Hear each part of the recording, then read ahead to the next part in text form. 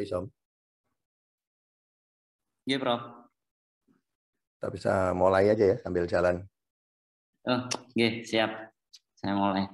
Assalamualaikum warahmatullahi wabarakatuh. Selamat pagi dan salam sejahtera untuk kita semua. Alhamdulillah pagi ini kita bisa bertemu di kuliah pakar. Sebelumnya selamat datang dan yang terhormat Profesor Toga Stulandi, Medical Doctor, MHCM, FRGSC, FACOG dari McGill University, Montreal, Kanada.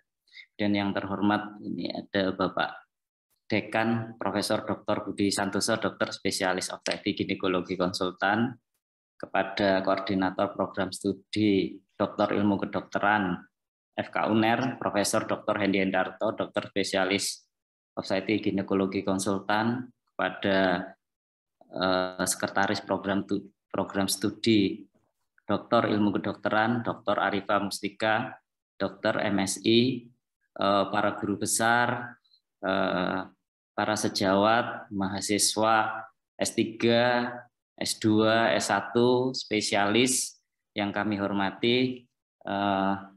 Alhamdulillah pagi ini kita akan mengadakan kuliah pakar dari Prodi Doktor Ilmu Kedokteran dengan topik How to Choose the Best Journal for Publication oleh Profesor Toga Stulandi. Sebagai moderator kami serahkan kepada KPS Profesor Dr. Hendy Endarto. Monggo kami persilakan, Prof.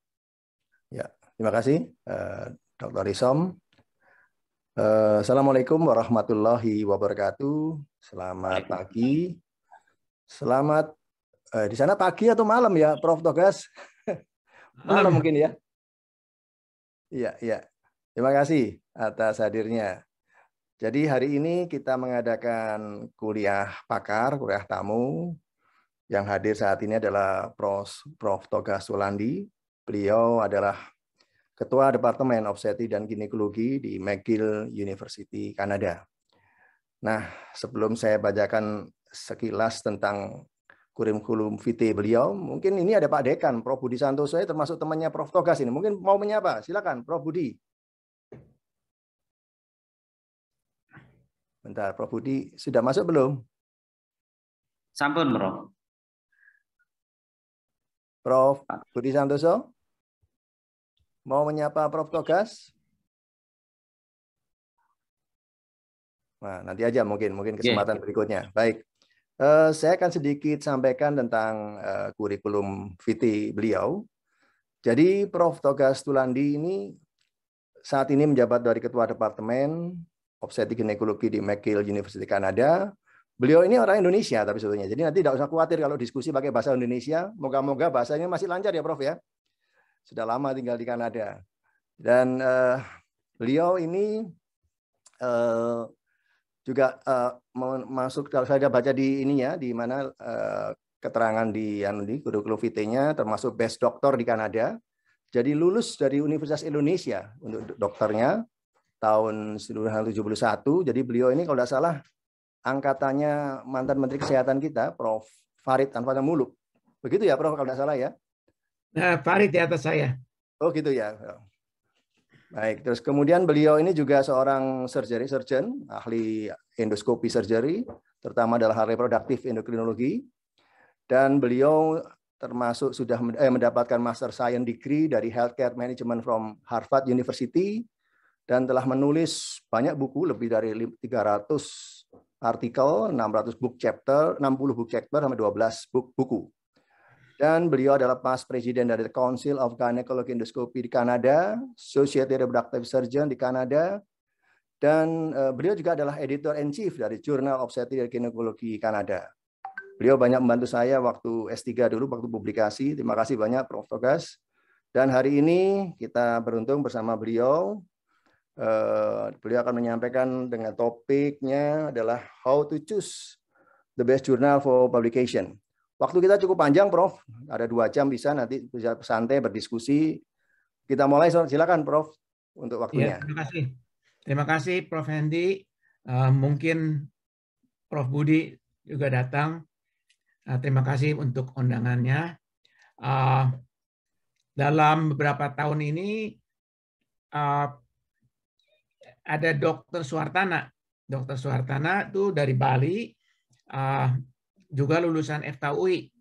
Dr. Suhartana itu bekerja dengan kita sudah berapa tahun, jadi kita kadang-kadang berbincang-bincang bahasa Indonesia. Jadi bahasa Indonesianya mulai lancar lagi.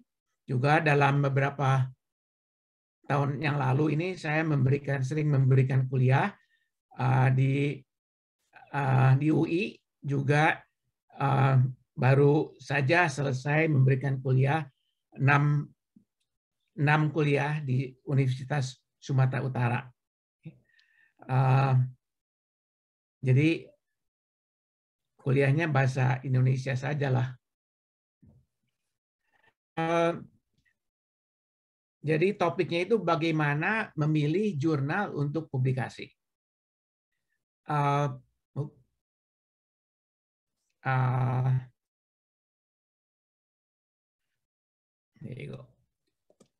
Ini konflik of interest saya. Saya ini editor in chief, jadi redaksi utama dari Journal of Obstetrics and Gynecology of Canada. Juga saya associate editor untuk best practice and research in clinical OBGYN, ini dari Inggris, dan guest editor Current Obstetrics and Gynecology Report dari Inggris dan Amerika, dan saya contributor untuk Up to Date. Up to Date ini dari Amerika, mungkin ada juga di Indonesia ya, Prof. Budi ya, Prof. ya. Ya, ada, Prof. Ya, kalau tidak ada, sebaiknya Universitas Erlangga langganan dengan ya, Up to Date langganan, ini. Prof. Ya, jadi karena kalau buku tuh sekarang tuh buku tuh sudah sesudah bukunya selesai dipublikasi itu 3 tahun ketinggalan. Jadi kalau up to date itu tiap kali diperbaharui. Dalam 3-4 bulan itu saya selalu dikirimin email untuk membaharui topiknya saya. Jadi pertanyaannya ini, jurnal apa untuk yang dipilih untuk publikasi? Tentu kalau mau publikasi yang paling tinggi itu di kedokteran itu New England Journal of Medicine. Ini jurnal ini jurnal yang general, jadi kebidanan boleh juga publikasi di sini, internis, ahli bedah umum juga bisa, semua bisa publikasi. Jadi susah sekali untuk publikasi di New England Journal of Medicine. Saya cuma bisa 3 kali publikasi, tapi ini topnya. Juga di Lancet. Untuk kebidanan yang paling tinggi itu Human Reproduction Update. Tetapi ini tuh semuanya untuk review. Jadi seperti buku gitu. Tapi update juga. Jadi ini banyakkan kalau punya penelitian dikirim sini tidak diterima karena mereka maunya review saja. Yang top juga yang terkenal itu Obstetrics and Gynecology, pasti ada juga di UNER. Waktu saya mahasiswa di UI aja ada. Juga American Journal of Obstetrics and Gynecology, itu lebih tinggi sedikit dari Obstetrics and Gynecology. Untuk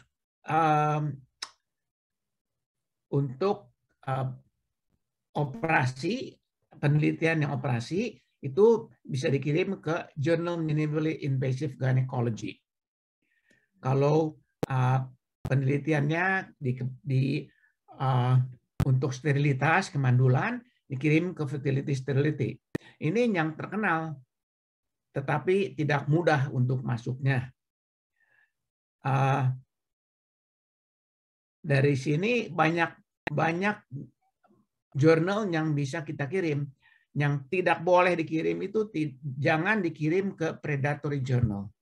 Predatory journal ini kalau Jadi hati-hati sekali. Kalau predatory dikirim ke predatory journal, nomor satu mereka akan bertanya, bisa tidak membayar ongkos untuk publikasi. Ongkosnya itu kira-kira tergantung, bisa dari 1.000 sampai 5.000 US dollar. Ini majalah ini maunya mencari uang saja dan menerima segala macam juga diterima. Juga kalau Anda publish di sini, hilang aja, tidak ada yang membaca. Jadi percuma. Jadi jangan masuk ke predatory journal. Banyakan seperti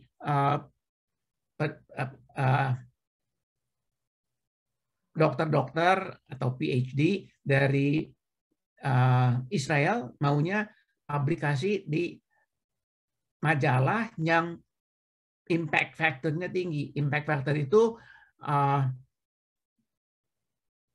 itu di beberapa artikel yang di cited, jadi diambil oleh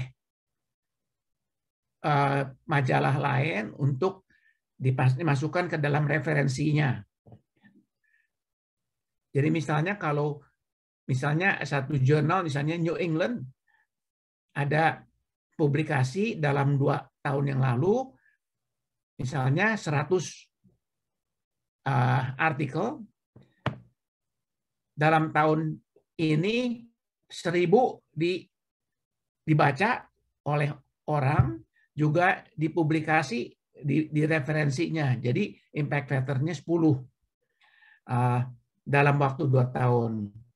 Ada juga yang paling tinggi itu untuk kedokteran itu New England Journal 91, Lancet 79, American Journal 8, Obstetrics and Gynecology 7, Fertility 7, Journal Minimally Invasive Surgery itu 4. Kebanyakan itu di bawah 10. Juga sekarang itu ada site score. Site score itu sama dengan impact factor, kecuali site score itu di nomor yang dipublikasi itu dalam waktu 3 tahun. Kebanyakan majalah itu sekarang dan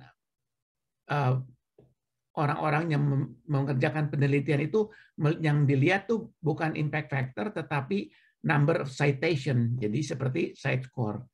Jadi tapi yang lebih terkenal itu impact factor.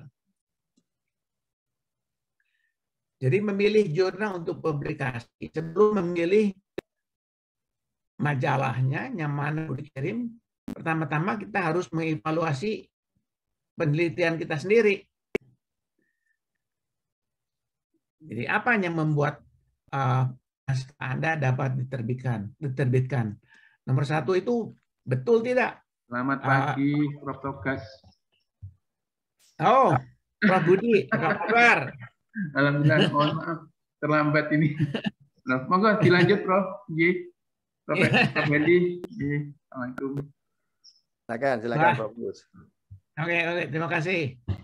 Jadi makalahnya penelitian itu betul tidak, terus masuk akal tidak. Nah, contohnya dalam beberapa tahun lalu ada dokter dari Mesir,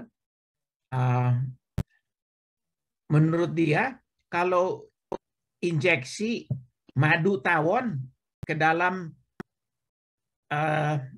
jaringan ovarium itu bisa menyembuhkan ovarian polikistik. Juga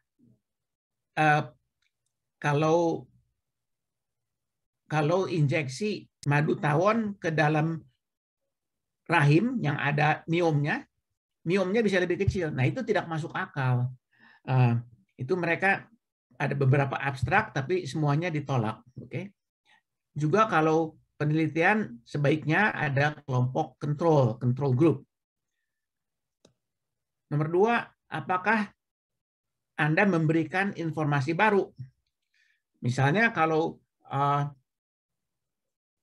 penelitiannya itu misalnya tuberkulosis itu banyak di paru-paru, yaitu tidak ada informasi baru. Juga bisa tuberkulosis di India itu kebanyakan di paru-paru, ya tidak ada informasi baru, jadi akan ditolak. Juga apakah untuk majalah yang saya melihatkan itu, mereka itu majalah clinical. Jadi mereka itu akan bertanya apakah ini relevan secara klinis, apakah ini bisa dipakai untuk pasien atau tidak. Terus jadi ini penting sekali. Jadi ini yang dilihat oleh redaksinya. Ada beberapa tipe majalah, makalah. Editorial, biasanya sih editorial itu diundang oleh redaksinya. Atau gambar yang istimewa. Image of the month, bulan ini. Video kebanyakan sih sudah tidak diterima lagi, tergantung dari majalahnya. Kalau Journal Minimally Invasive Surgery, karena itu untuk operasi, itu mereka akan menerima video. Kebanyakan sih tidak menerima video publication. Ini surat untuk redaksi, letter to the editor. Ini kebanyakan itu memberikan komentar untuk publikasi yang sudah mungkin beberapa bulan yang lalu. Ini brief communication, komunikasi singkat. Mungkin karena penelitiannya itu tidak terlalu banyak kasusnya, atau hanya memberikan seperti yang baru. Hasilnya baru, tetapi tidak terlalu banyak datanya.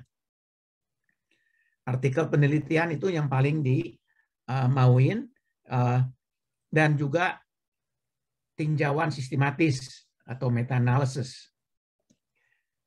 Kalau tinjauan yang biasa saja itu seperti review itu kebanyakan tidak akan diterima lagi. Juga kalau pandangan pribadi, personal review itu tidak akan diterima. Nah, ini gambar image of the month. Ini salah satu gambar dari New England Journal. Ini itu gambar tentang plasenta uterus, rahim dengan plasenta previa. Ini nomor 1, gambarnya ini kualitasnya bagus. Untuk memberikan publikasi seperti ini harus mendapatkan persetujuan tertulis dari pasien, dapat consent-nya. Ada faktor pendidikan, juga istimewa, tidak biasa saja. Dan yang penting juga secara estetika dapat diterima. Nah, ini ada polip dari cervix, tapi secara estetika tidak dapat diterima, jadi akan ditolak. Systematic review ini populer sekarang karena banyak yang di-cited. Kalau Anda menulis tentang systematic review, banyak penelitian yang kemudiannya mungkin di-cited, karena ini systematic review itu lebih teliti dan lebih kritikal daripada review biasa. Untuk mengerjakan systematic review dipakai prisma analysis. Jadi misalnya waktu mulai kita mendapatkan 1000 artikel dari website.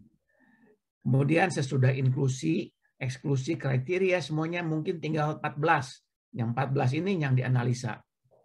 Juga artikelnya itu dilihat secara kritik. Nah, ini dengan risk bias assessment.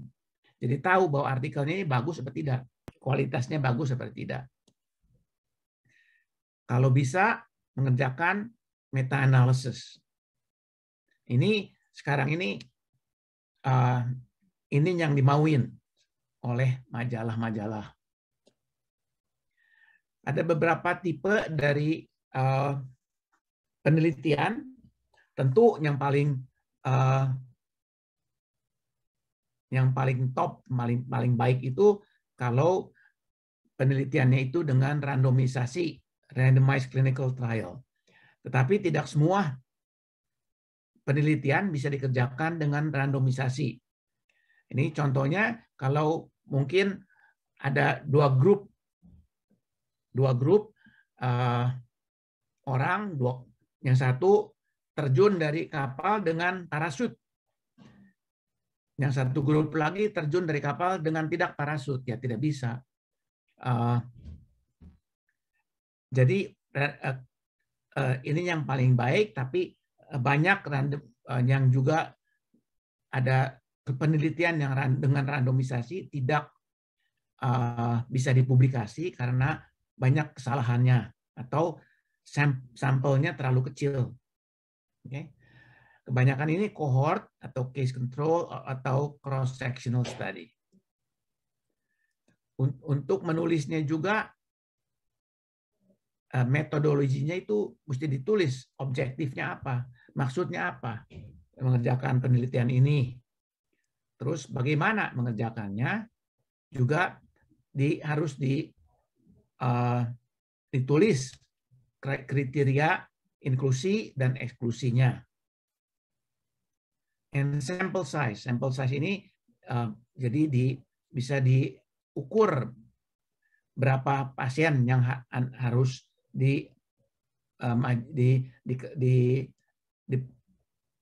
untuk penelitiannya itu, dan kemudian statistiknya. Kemudian ditulis hasilnya. Hasilnya itu mesti harus ringkas. Juga tidak ada duplikasi dari teksnya sama tabelnya atau figurnya. Juga harus teliti. Nah, ini contohnya FSH dan LH. Nah, ini tidak tulis unitnya. Mungkin apa ini? International unit atau gram atau miligram, mililiter, harus ditulis di sini. Juga umurnya. Nah, ini mungkin 32 bulan atau 32 tahun. Jadi ini kalau ditulisnya seperti begini, memberikan kesan kepada redaksinya bahwa Anda ini ceroboh. Jadi kesannya itu mungkin penelitiannya juga ceroboh. Juga statistik. Ya. Kalau nomor pasiennya itu terlalu rendah, mungkin dapat type 1 error. Ini type 1 statistical error. Maksudnya type 1 itu rupanya itu hasilnya tidak signifikan, tetapi sebetulnya signifikan kalau pasiennya lebih banyak. Type 2 error itu hasilnya type 2 error hasilnya signifikan, tapi sebetulnya tidak signifikan. Terus waktu menulis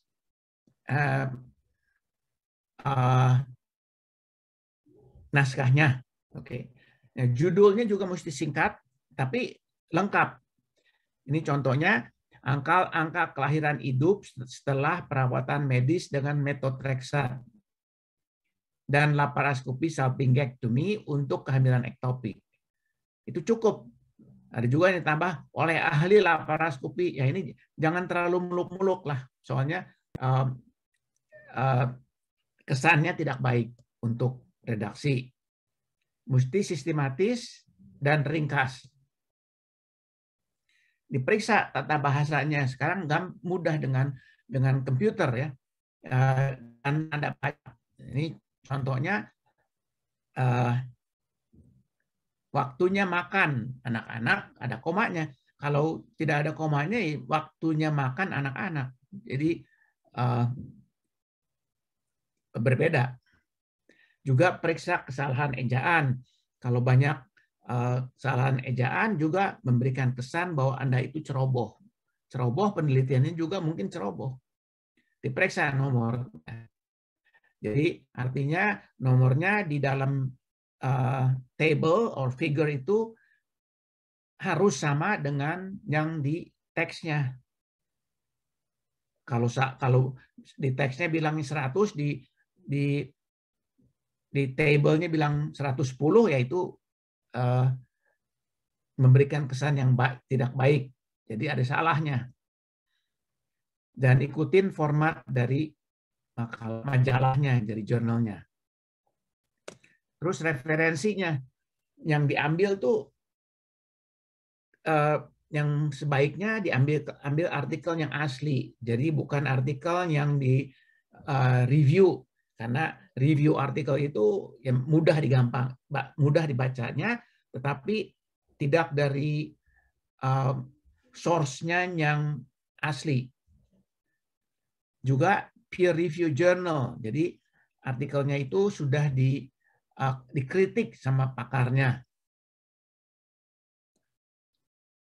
Artikel yang relevan. Jadi jangan mengambil artikel yang biasa saja, yang tidak ada hubungannya atau hubungannya sedikit dengan penelitian Anda.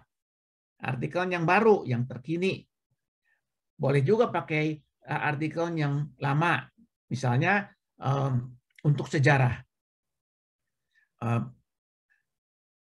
Seperti contohnya bahwa kehamilan ektopik itu yang pertama kali dipublikasi oleh Abu Qasis. Abu Qasis itu dokter dari Arab. Nah itu boleh, itu sejarah, tetapi untuk penelitiannya sendiri jangan dipakai yang artikel yang lama. Bab dari buku, jadi tulisan dari buku itu juga seperti saya perkatakan sebelumnya, bahwa itu ketinggalan, sudah ada bukunya 3 tahun ketinggalan.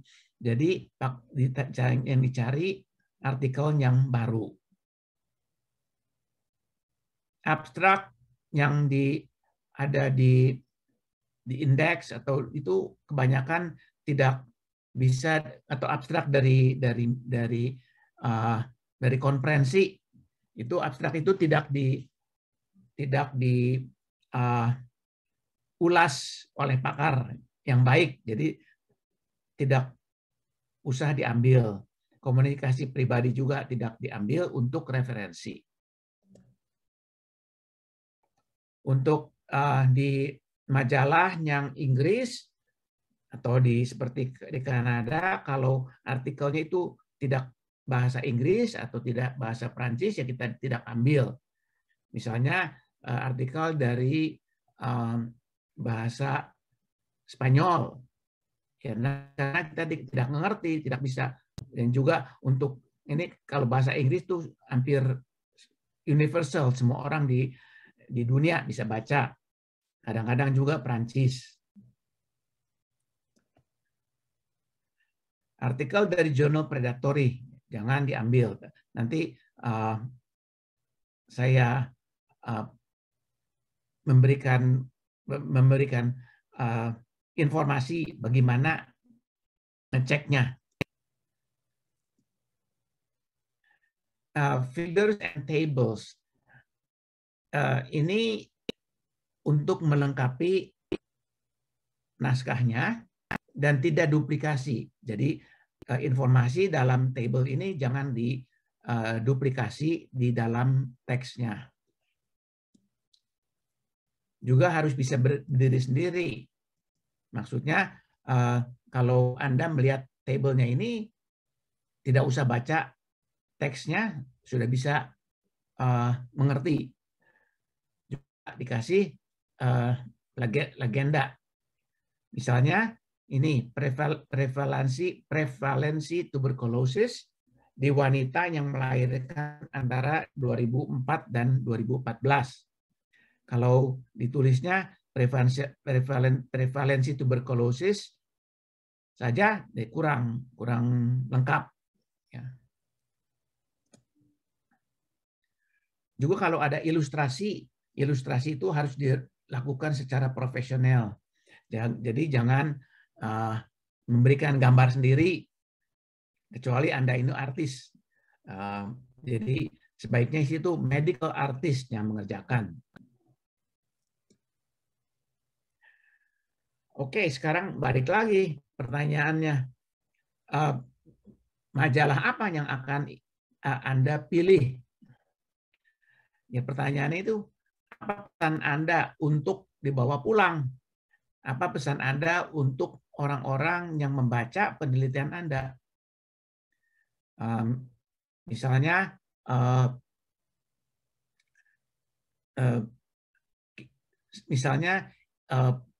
memberikan resep morfin sesudah operasi. Nah, kita baru mengerjakan penelitian ini dengan Dr. Suwartana. Pesan kita itu apa? Kalau memberikan resep morfin itu jangan terlalu banyak, karena pasiennya itu kalau sudah pulang dari rumah sakit, kebanyakan morfinnya, juga morfinnya itu pasiennya tidak tahu harus dibuang mana. Kebanyakan ditaruh saja di dalam rumah, dan kalau ditaruh di dalam rumah, kemungkinan ada anak-anak yang mengambil morfin ini. Di sini takutnya kalau ada anak-anak muda memakai morfin untuk bisa adiksi atau dijual keluar. Nah, itu pesannya apa untuk orang yang membaca? Juga audiensnya yang mana yang akan Anda jangkau. Jadi maksudnya kalau Anda menulis tentang teknik operasi, tetapi dikirimnya ke majalah yang untuk kebidanan, ya kemungkinan orang-orang yang bacanya itu ingin membaca penelitian tentang kebidanan, tidak mau melihat operasi. Jadi audiensnya harus penting. Juga reputasi dari jurnalnya. Nah, itu yang Anda pilih.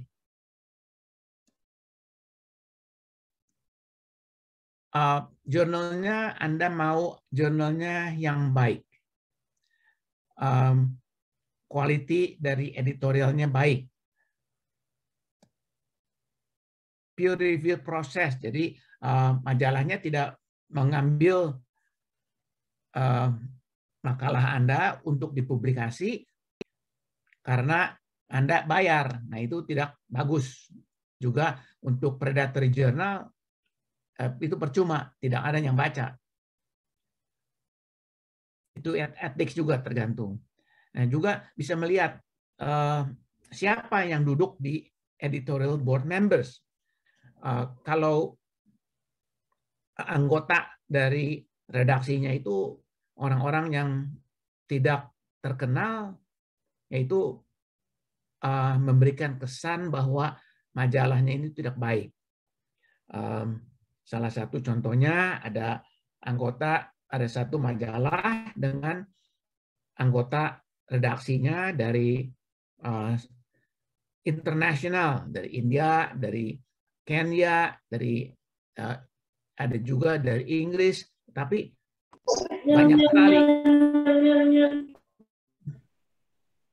Tetapi banyak sekali anggotanya, kira-kira hampir 30 anggota. Jadi artinya itu majalah yang tidak baik. Jadi reputasi jurnalnya. Nah, juga indexing status. Jadi itu harus mempunyai sedikit side factor atau impact factor. Nah, ini kita bisa dilihat di di komputer. Nanti saya balik lagi. Nah, kebanyakan penelitian itu tidak kebanyakan, tapi kadang-kadang penelitian itu dikirim, ditulis, terus ditolak sama majalahnya. Kenapa? Karena kemungkinannya materi dalam naskahnya itu di luar cakupan jurnal. Jadi kalau Anda mengirim materi penelitian tentang fertilitas atau tentang melahirkan dengan bedah sesar, dikirimnya ke fertility sterility itu untuk majalah, untuk kemandulan, ya terang tidak diterima. Naskahnya bukan novel, dia tidak memberikan atau sedikit informasi baru pada literatur. Ini banyak yang saya terima yang dikirim ke majalah kita, dan banyak kita ditolak karena tidak memberikan informasi baru pada literatur. Naskahnya tidak mengikuti instruksi jurnal, tidak lengkap atau ditulisnya dengan buruk. Nah, itu juga bakal di-reject, bakal ditolak. Tim redaksi detect plagiarism, jadi plagiat atau publikasi duplikat. Nah, kita mempunyai software. Software itu semua makalah yang dikirim itu otomatis dicek untuk plagiarism. Jadi plagiarism itu salah satu contohnya, misalnya ada makalah zaman dulu atau beberapa tahun yang lalu dengan menulisnya begini, tetapi kemudian diambil seperti mencuri tulisannya, dituliskan ke makalah kita dengan tidak menaruh referensinya. Jadi itu seperti menyontek lah gitu ya. Nah, itu tidak boleh. Publikasi itu misalnya dikirim ke salah satu majalah dan dikirim lagi ke majalah lain. Jadi kemungkinan bisa ditulis di dua majalah. Nah, itu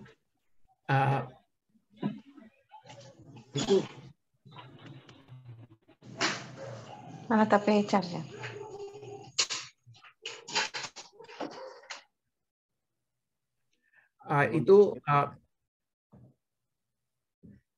Kalau publikasi duplikat itu kesalahan yang besar karena dua-duanya majalah itu kemudian akan ditarik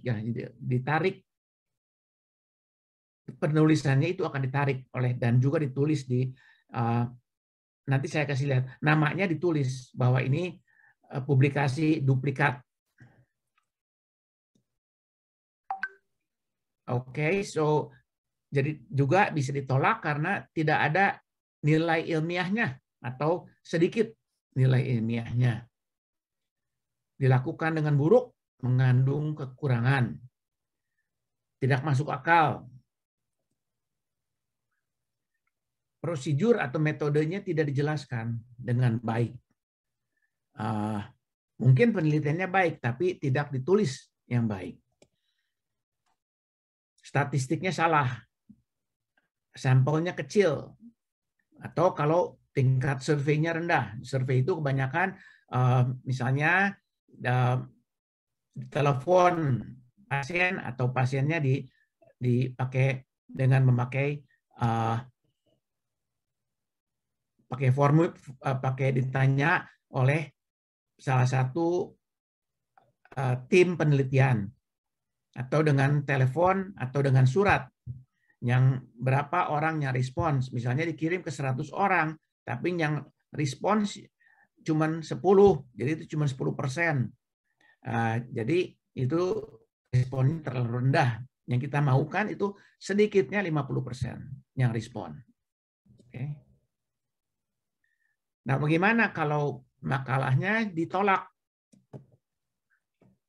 Bisa juga naik banding ke redaksi. Tapi kebanyakan sih ini tidak berhasil karena redaksi itu mendapatkan saran dari pakar yang lain. Mungkin juga ada tulisan yang confidential, jadi tulisannya itu tidak diberikan tahu untuk yang menulis, tetapi hanya untuk redaksi. Kebanyakan ini gagal. Yang paling baik itu perbaiki manuskripnya menurut saran dan komentar yang pakar itu, dan kirim ke jurnal yang paling sesuai dengan manuskrip Anda.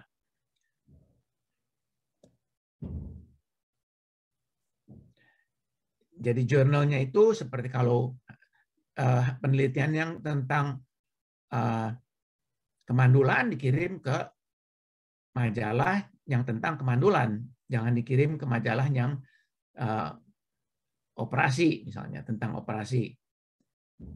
Yang untungnya kebanyakan manuskrip yang awalnya ditolak akhirnya dapat diterbitkan dengan jurnal yang sesuai dengan pengajuannya sesudah revisi besar atau penulisan ulang yang lengkap. Oke, jadi tidak usah putus asa, kirim lagi, betulin, kemudian dikirim lagi. Bagaimana kalau makalahnya dikirimkan ke salah satu majalah? Tergantung ke majalahnya, mungkin ada sistemnya namanya editorial manager. Sistemnya itu pertama kali akan mengecek. Ini sebelum ada manusia yang melihat. Nah, itu dicek mas sistemnya. Ini komplit enggak? Kalau tidak komplit akan dikembalikan ke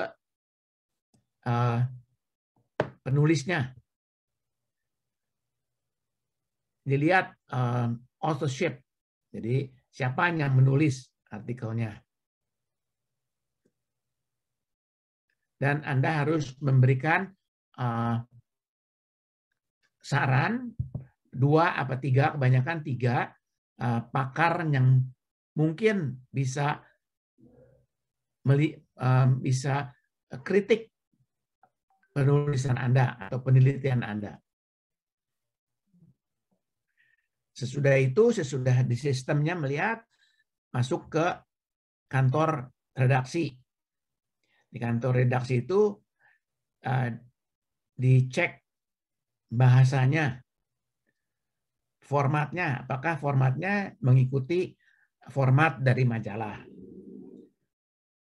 Juga dilihat ada plagiat apa, ini nyontek dari tempat lain apa tidak. Juga response rate. Ini banyakkan dikerjakannya oleh managing editor, jadi redaksi yang manager, bukan dokter. Nah, ini orang yang di office, yang di kantor.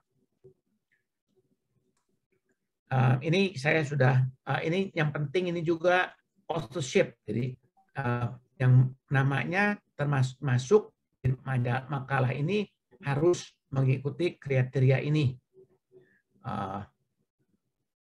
Jadi betul-betul penulis ini mengikut penelitiannya. Kemudian sesudah sistemnya ngecek, sesudah editorial manajernya ngecek, itu kalau makalahnya itu kadang-kadang bisa ditolak langsung sama di office-nya, dari kantornya ditolak langsung karena tidak mengikuti format dari jurnal atau sangat buruk. Kemudian dikirim ke reviewer, pengulas. Jadi ini pakar-pakar yang membaca penelitian makalah Anda, penelitiannya dicek semuanya dicek, kemudian memberikan saran ke redaksi. Rekomendasinya diterima, jarang sekali langsung diterima. Kebanyakan diterima dengan revisi yang kecil. Kalau revisinya baik, langsung diterima. Atau revisi kecil, kemudian dicek lagi. Atau revisi yang besar. Atau ditolak sekaligus. Yang tidak boleh dikerjakan itu memalsukan data. Memalsukan itu tidak harus memalsukan yang besar-besaran. Mungkin memalsukan itu misalnya mengerjakan misalnya untuk bayi tabung. Yang bayi tabung, pasien yang hamil, pasien yang tidak hamil, mungkin penulisnya bilang karena tidak hamil, oh ternyata ada ininya, miomnya. Itu jangan dimasukkan ke datanya. Kalau pasien yang hamil dengan ada miomnya dimasukkan ke datanya untuk dianalisa. Jadi itu seleksi yang memalsukan, jadi tidak baik. Plagiat, jadi nyontek dari orang-orang yang menulis sebelumnya. Kesalahan dalam publikasi dan penulisan, duplikat, salami publikasi. Salami itu misalnya Anda melaporkan 50 pasien. Hasilnya dengan pengobatan ini sekian.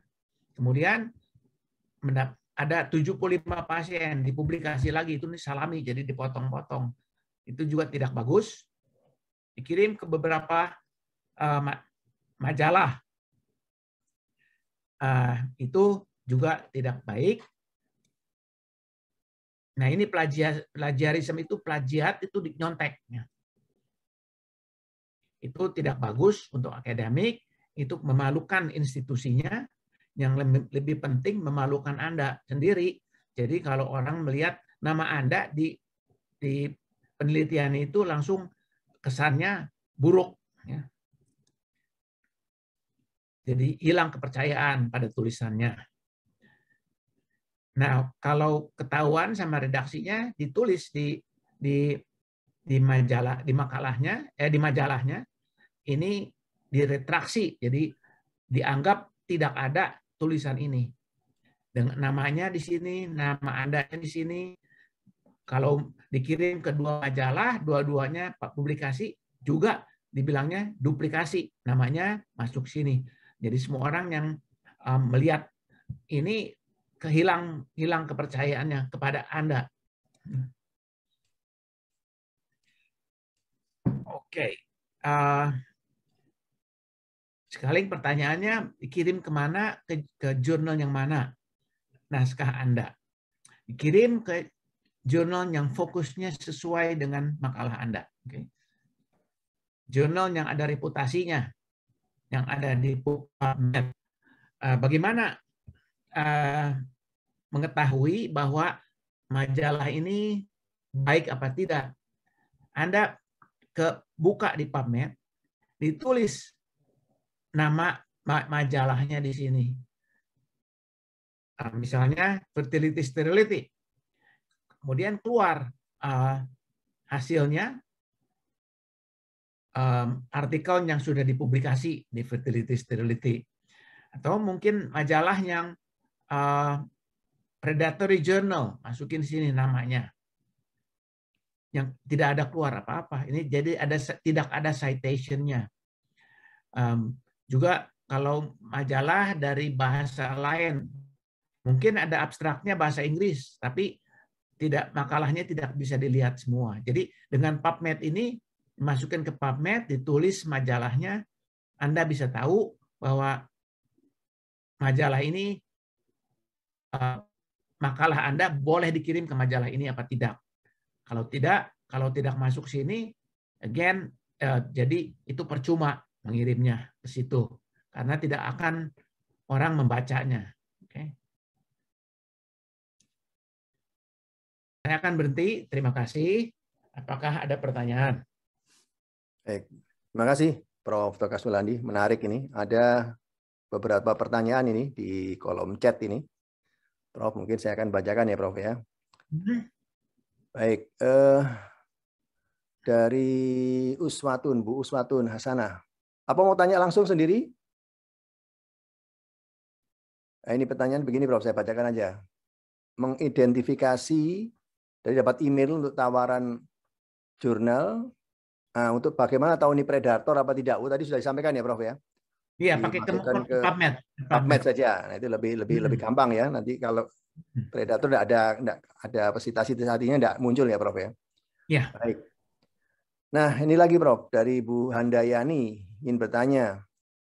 Kalau ingin publish di jurnal yang bereputasi, Q1, Q2, apakah ada yang free?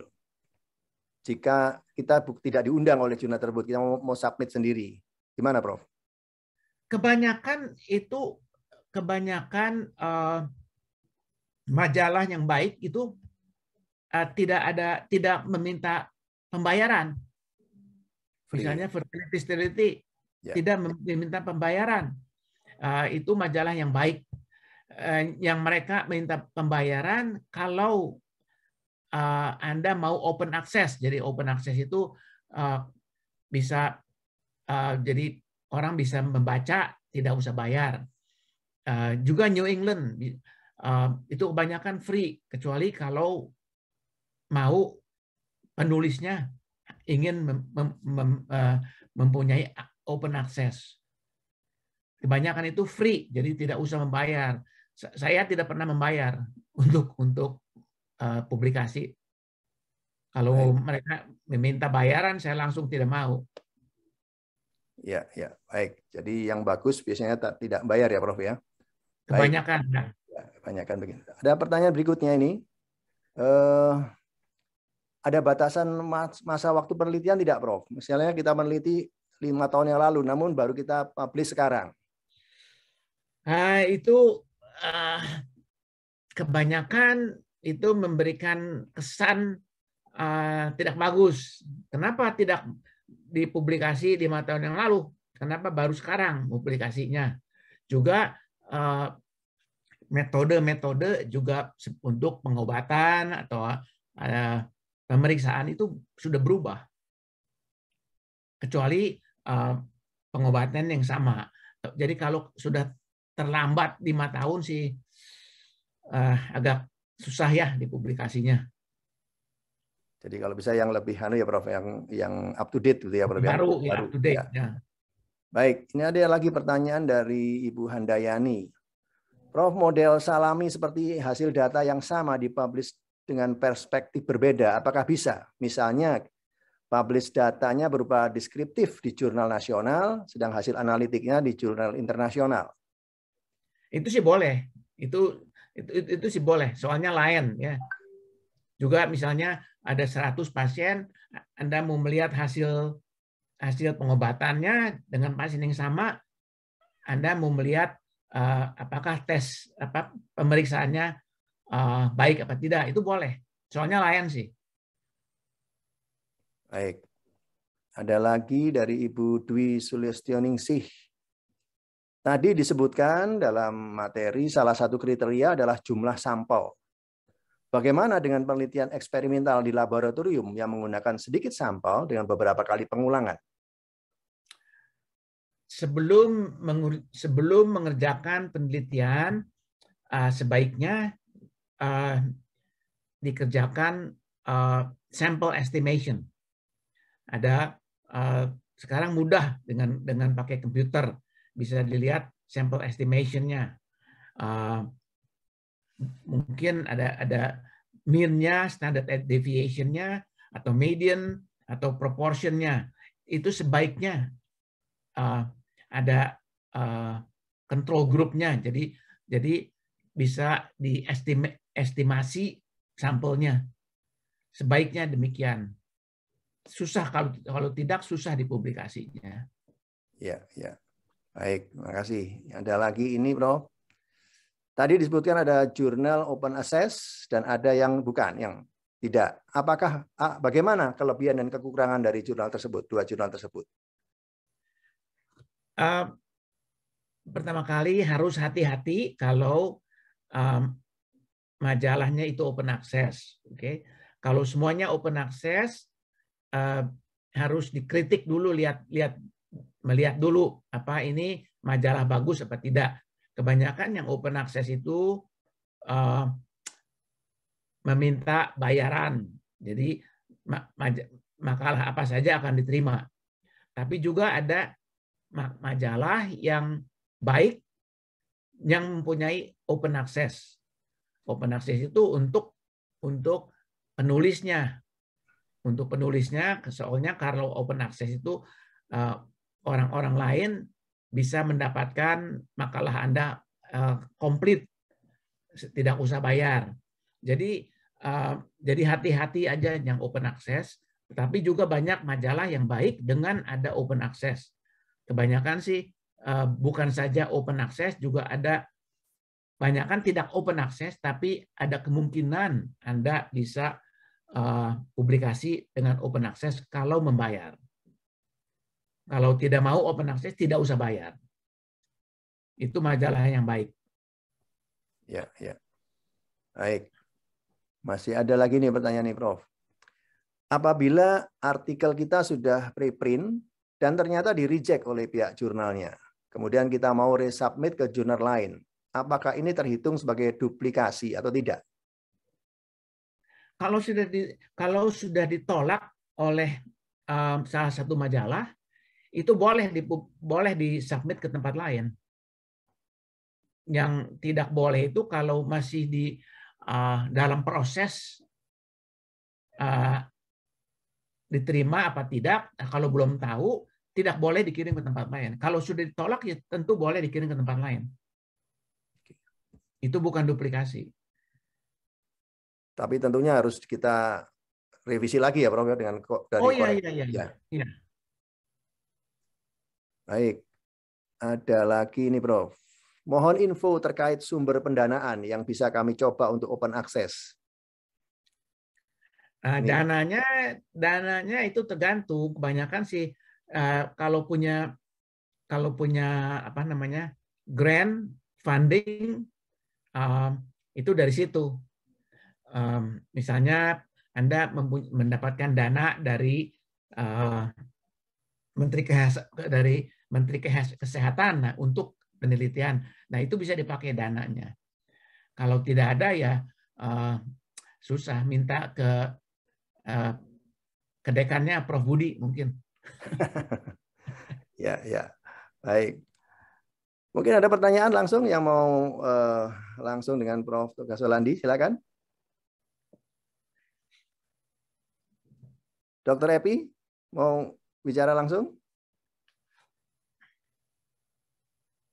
Silakan, masih mute itu. Masih mute, tolong dibuka hostnya, Pak Iso mungkin dibuka. Oke, baik. Ya, makasih. Terima kasih Prof. Hendy. Selamat pagi Prof. Togas, luar biasa. Saya tertarik dengan sebutan predatory journal. Ya, pertama sumber informasi predatory journal itu kan suatu link yang sulit untuk bisa dipertanggungjawabkan siapa pengelolanya. Dulu kan milik dari Bill List ya, dulu ada salah. Dan ini digunakan standar dalam menentukan kualitas jurnal apakah dia masuk dalam kategori predator atau bukan. Padahal jurnalnya tidak merasa disurvei. Ya, tiba-tiba dia masuk dalam kategori 2, apakah dia sebagai jurnal predatory ataupun publisher-nya. Nah, ini kan sulit diprediksi tentang status ini di kemudian hari. Berbeda dengan di Scopus, karena di Indonesia ini Prof, standar untuk menilai itu cuma 2. Apakah jurnal ini masuk dalam kategori jurnal predatory, termasuk publisher-nya. Kalau publisher, maka seluruh jurnalnya itu sudah dianggap sebagai predatory jurnal. Itu parahnya di situ. Yang kedua adalah discontinue, Scopus. Kalau di discontinue, mungkin kita bisa melihat, ya, memperkirakan bahwa sebuah jurnal ketika reviewnya rendah, itu kan bisa dilihat dari jumlah yang terbit setiap tahun itu dalam jumlah besar. Kemudian dengan APC yang juga mahal, maka ini bisa diprediksikan nanti akan discontinue oleh Scopus. Itu bisa diperkirakan.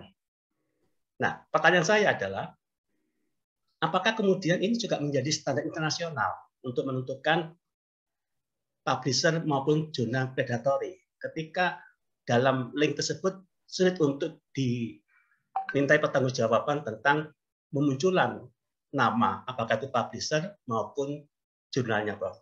Monggo, Prof. Iya, terima kasih. Jadi artinya yang paling mudah itu, yang paling mudah dilihat saja ke PubMed. Dilihat di PubMed. Kalau tidak ada jurnalnya, tidak ada hasilnya, itu kebanyakan predatory journal. Jangan dikirim ke predatory journal, itu percuma. Hilang, tidak ada yang membaca, juga hasil kerjanya Anda itu hilang.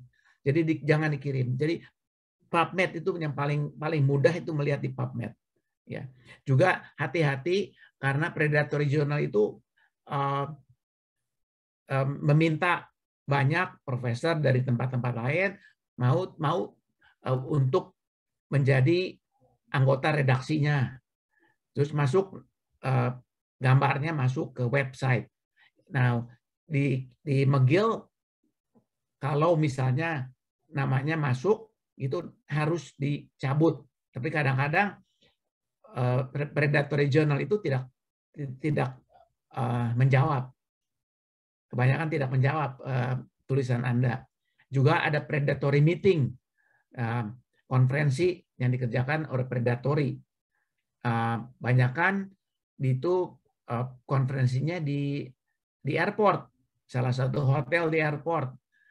Yang itu juga hati-hati, itu juga hasilnya tidak baik. Baik, terima kasih. Ada lagi yang ingin menyampaikan pendapat atau bertanya?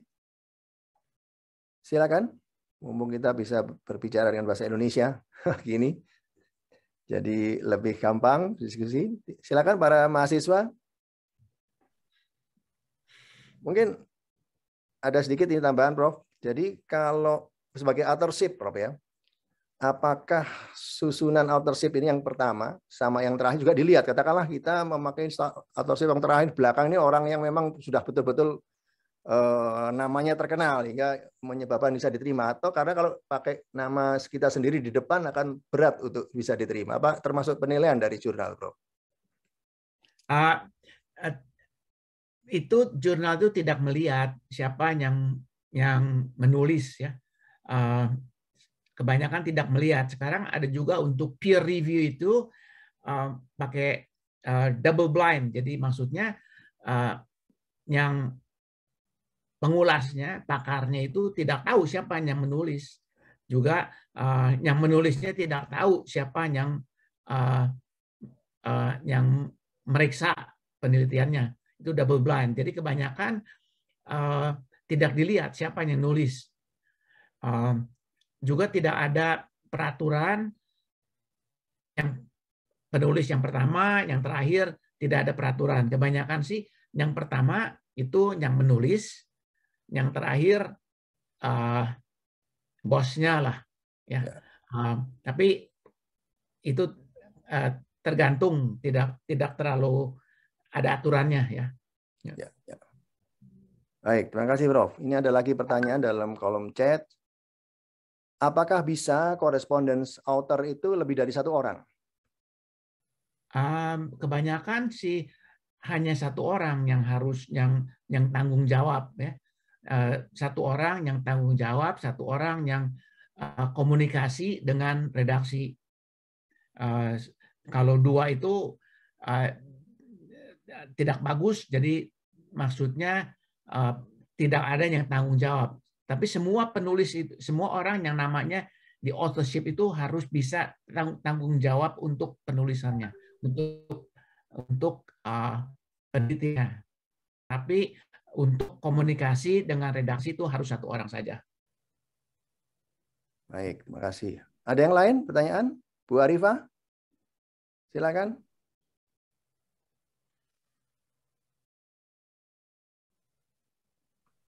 Masih di mute, Bu Arifah? Oke, mungkin belum respon. Baik, Prof. Mungkin ini, Prof. Tadi disebutkan untuk referensi sebaiknya kita tidak mengambil dari buku ya, Prof ya. Jadi dari buku sebaiknya kita tidak mengambil. Nah, sekarang untuk saat ini dengan kondisi itu, apakah sudah tidak ada pada tempatnya kita menulis buku itu, Prof? Karena tidak dipakai orang untuk dijadikan citasi itu. Sekarang bukunya, kalau bukunya tentang misalnya prosedur tentang teknik ya, misalnya teknik operasi itu tidak terlalu sering ganti ya, tidak selalu sering ganti. Boleh saja. Saya masih ada satu buku dengan Dr. Das dari Inggris. Ini tentang fertilitas. Tapi kalau saya diminta untuk menulis buku lagi ya saya tidak mau lah, karena nomor satu banyak waktunya untuk menulis buku, nomor dua kebanyakan sesudah bukunya selesai itu ketinggalan, terutama misalnya COVID, kita nulis sekarang dalam tahun depan sudah berubah. Oke, terima kasih, Bro. Ini masih ada pertanyaan nih dari Pak Roni. Dalam membuat referensi, artikel penelitian sebaiknya minimal berapa tahun saat kita publish itu, Bro? Sebentar saya baca. Ya. Oh, tidak ada batasnya, cuman sebaiknya tidak terlalu lama ya. Kalau misalnya ada artikel yang bagus sekali 20 tahun yang lalu, tetapi tidak ada lagi yang baru, ya masih ditaruh di referensi karena tidak ada lagi. Misalnya dipublikasi di New England Journal 20 tahun yang lalu, tetapi tidak ada lagi yang sama atau yang mirip sesudah itu. Ya kita terpaksa harus memakai itu untuk referensinya. Baik, makasih, Prof. Ada lagi nih, Prof. Apakah cukup mengklaim predatory journal dengan melihat di daftar discontinuous scopus atau coverage scopus di Simago, Prof? Itu tidak mudah ya untuk mengklaim predatory journal. Jadi yang paling mudah itu ke PubMed saja, dilihat di PubMed. Kalau tidak ada, tidak masuk PubMed, jadi tidak banyakkan itu tidak bagus majalahnya. Mungkin bukan predatory, tapi tidak bagus majalahnya. Nah untuk Scopus itu pakai side factor. Kalau Elsevier pakai impact factor. Elsevier pakai side factor juga padahal sih. Oke. Baik. Mungkin ini pertanyaan ini loh. Jadi bagaimana? Kita kan mungkin masih belum banyak pengalaman, Prof ya. Di reject jurnal sampai beberapa kali, bagaimana Prof membangkitkan semangat untuk tetap menulis dan submit ke jurnal ini? Iya, kalau memang jadi jangan putus asa. Kadang-kadang dikirim di reject, dikirim ke tempat lain reject lagi. Jadi mulai turun aja dari paling tinggi, mulai turun, tapi jadi cari majalah yang kira-kira mau dengan publikasi itu, tapi jadi jangan dikirim ke predatory lah. Jadi turun aja. Itu memang sering juga saya kadang-kadang residen saya mengeluh juga, ini dikirim ke sini, tapi akhirnya dipublikasi lagi. Dapat juga publikasi. Jadi kalau tiap kali dibetulkan lagi, diperbaiki lagi. Kebanyakan sih akan bisa dipublikasi. Tapi turun ya, dari turun. Misalnya dari New England turun ke Obstetric Gynecology, turun lagi. Tapi jangan putus asa. Ya, betul Prof. Ini paling berat nih kalau semangatnya pasti jatuh ini kalau di reject ini. Karena memulainya lagi itu berat lagi nih, mulai dari nol lagi gitu ya. Baik, masih ada lagi dari teman-teman, dari mahasiswa atau dari dosen yang hadir di saat ini? Pak Isom, ada pertanyaan? Bu Arifah, ada pertanyaan? Oke, Prof. Saya mau tanya, ini pengalaman ini, Prof. Pengalaman saya, jadi saya publish saya lihat di linknya Scopus itu ada jurnalnya. Ternyata masuk predatory itu publishernya, jadi ID press-nya lagi. Saya kan tidak tahu sampai melihat ke sana itu pengalaman saya di Macedonian Journal itu, Prof. Jadi saya lihat masih ada linknya di Scopus gitu, Prof. Tapi ternyata publishernya itu yang predatory. Nah, itu bagaimana cara kita untuk melihat juga publishernya itu, Prof?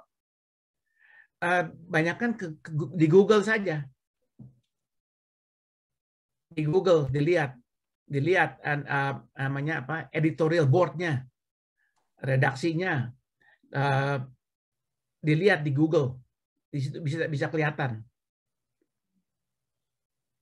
Ya. Baik, ada lagi yang punya pengalaman? Dr. Ebi, silakan.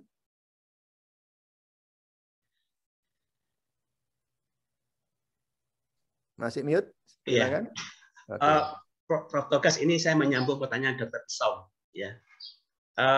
Standar dalam menentukan predatory jurnal ataupun publisher predatory itu kita menggunakan link ya predatoryjournal.com, itu Prof yang digunakan.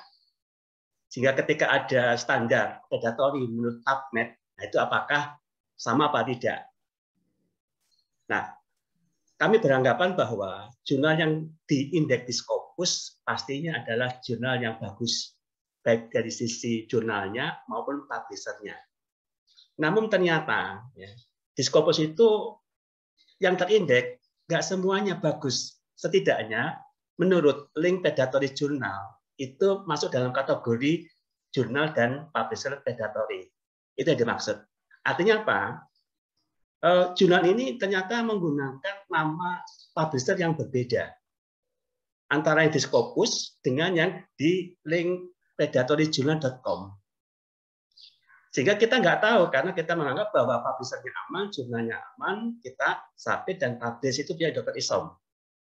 Akan tapi ketika kita melihat di link predatory journal, itu nama publishernya bukan yang ada di Scopus maupun di Simago, tapi menggunakan nama lain, sehingga seluruh jurnal yang ada dikelola dalam publisher itu sudah dianggap sebagai predatory.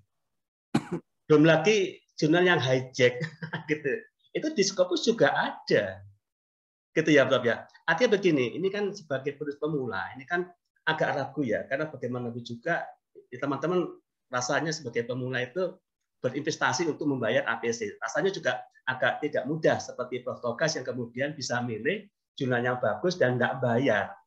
Teman-teman ini kan sebagai proses awal itu kan bentuknya yang penting kan bisa publish. Bayar berapapun pada akhirnya juga dibayar ketika ada kebutuhan-kebutuhan tertentu, misalnya studi dan sebagainya, gitu ya, Prof ya. Artinya nanti dalam proses perkembangannya tentu ini menjadi trademark bagi si penulis untuk menentukan milih jurnal mana yang kira-kira berkualitas sesuai dengan kualitas tulisannya. Tapi untuk tahap pemula rasanya tidak seperti itu ya, Prof. Itu yang saya maksud, Prof. Memang tidak terlalu mudah ya untuk melihat predatory journal itu. Tidak terlalu mudah.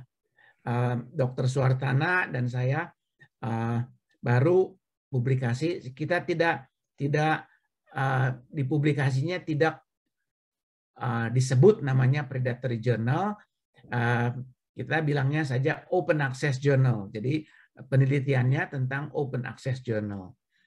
Karena kalau misalnya kita bilang majalah ini predatory, ternyata tidak predatory, ya itu kita salah. Memang tidak mudah. Jadi yang mudah itu masuk saja ke PubMed. Kalau ada di PubMed, ada artikelnya di situ, kebanyakan sih itu baik. Jadi bisa milih jurnal, masukin aja jurnalnya, tidak usah terlalu tinggi jurnalnya, tapi ada di PubMed ya. Baik, terima kasih. Ada yang raise hand ini, Prof. Bu Khairunisa, silakan. Bu Khairunisa, yang raise hand. Ya, Prof. Silakan. Ya.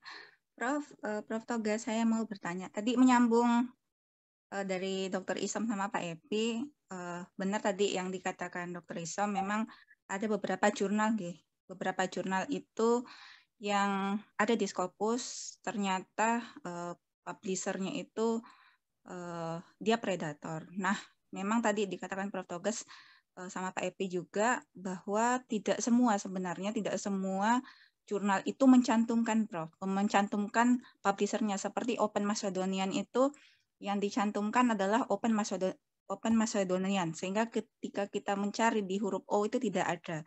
Ternyata publishernya adalah ID Press, sehingga ketika kita mengklik ID Press itu baru muncul nama jurnalnya. Nah, apakah ada cara singkat ya, Prof, untuk mencari nama publishernya yang demikian seperti itu? Kalau kita terkadang mencari di Google, publishernya nggak muncul, Prof, karena dari website jurnalnya itu tidak memunculkan memang. Kemudian untuk hijack, tadi sudah disinggung oleh Pak Epi, ada juga namanya hijack, clone, atau fake jurnal. Nah, ini kasus yang lagi hangat-hangatnya di FK UNER. Banyak sekali kita temukan cloning jurnal. Jadi ada beberapa jurnal itu jurnalnya sama, ada di Scopus, tetapi websitenya yang di-cloning. Sampai saya temukan 2-3 jurnal. Nah, ternyata ada satu jurnal yang saya temukan, namanya Tekio Medical Journal, itu ada di Scopus memang. Saya mengecek di archive tahun 2020 ke bawah itu menggunakan website yang asli. Tetapi di tahun 2021 artikel yang terindeksnya itu ada menggunakan website yang di-cloning. Nah, itu gimana ya, Prof? Apakah tetap terakui sebagai terindeks Scopus meskipun yang masuk di archive Scopus di tahun terakhir itu adalah jurnal cloningannya. Terima kasih, Prof. Iya, jadi memang I think kita harus hati-hati ya. Memang harus hati-hati. Juga kalau majalahnya kita tidak pernah dengar nama jurnalnya Macedonian Journal, saya tidak pernah mendengar. Kita terbatas yang ngeceknya, makanya saya bilang juga susah untuk, kadang-kadang susah untuk deteksinya. Paling-paling kita masuk ke PubMed, kita memakai juga MedSearch, itu Medline, kita cek dengan Medline, Ovid Medline, dan juga Google, ada Google Scholar, dicek di situ. Kalau tidak ada redaksinya, publishernya sih mungkin tidak terlalu penting, tetapi ada publisher dari India ya itu. Jadi harus hati-hati lah ya. Jadi kita terbatas PubMed, MedSearch, Google Scholar atau di Google. kita terbatas. Jadi cuman kita harus prihatin aja, harus hari-hari hati-hati.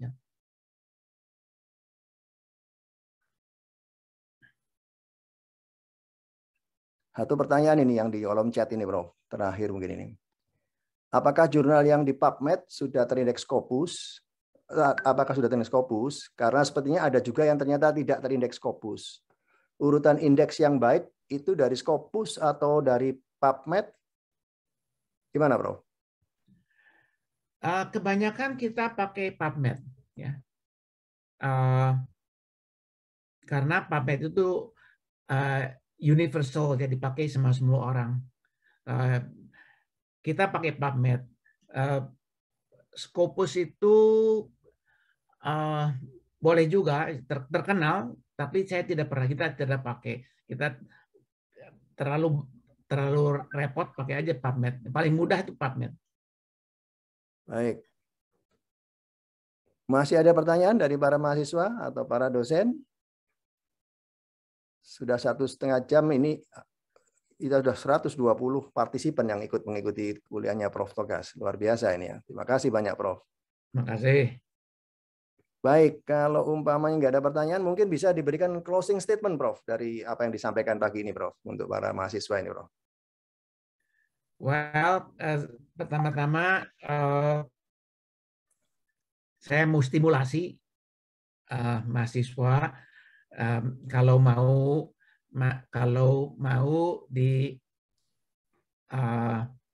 bekerja di akademik, sebaiknya publikasi.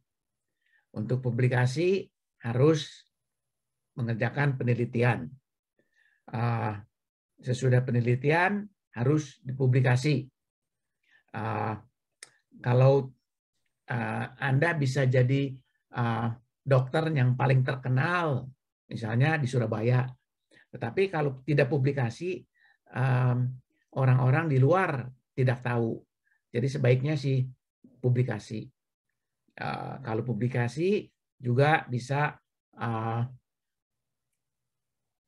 sebelum publikasi, hasil penelitiannya itu bisa dipresentasi, misalnya di konferensi internasional.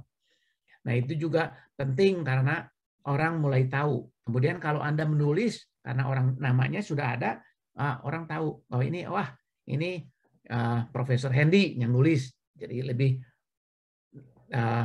orang lebih tahu, lebih perhatian. Baik. Terima kasih banyak Prof. Togas Solandi telah berkenan hadir di sini bersama para mahasiswa dan para dosen memberikan materi yang sangat menarik. Semoga nanti di lain kesempatan kami undang lagi, Prof, ya, dengan topik-topik berikutnya. Ya, boleh saja lah, boleh saja. Apalagi dengan tetap berbahasa Indonesia ini, lamanya tidak ada hambatan bagi teman-teman. Kurang lancar ya, tapi ya lumayan lah. Menarik sekali ini, Prof. Baik, terima kasih semuanya. Dan sekali lagi, saya mohon maaf bila ada aku yang berkenan. Sekali lagi, Prof. Togas, terima kasih. Dan saya kembalikan pada host, Dr. Isom. Dan kita akhiri. Assalamualaikum warahmatullahi wabarakatuh. Silakan, Prof. Isom. Maturnuun, Prof. Hendy sebagai moderator. Mungkin sebelum kita akhiri, berkenan untuk foto, sesi foto, Prof. Jadi monggo yang bisa on cam.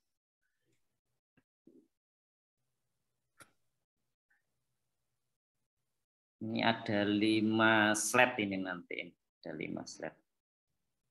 Oke, saya hitung slide pertama.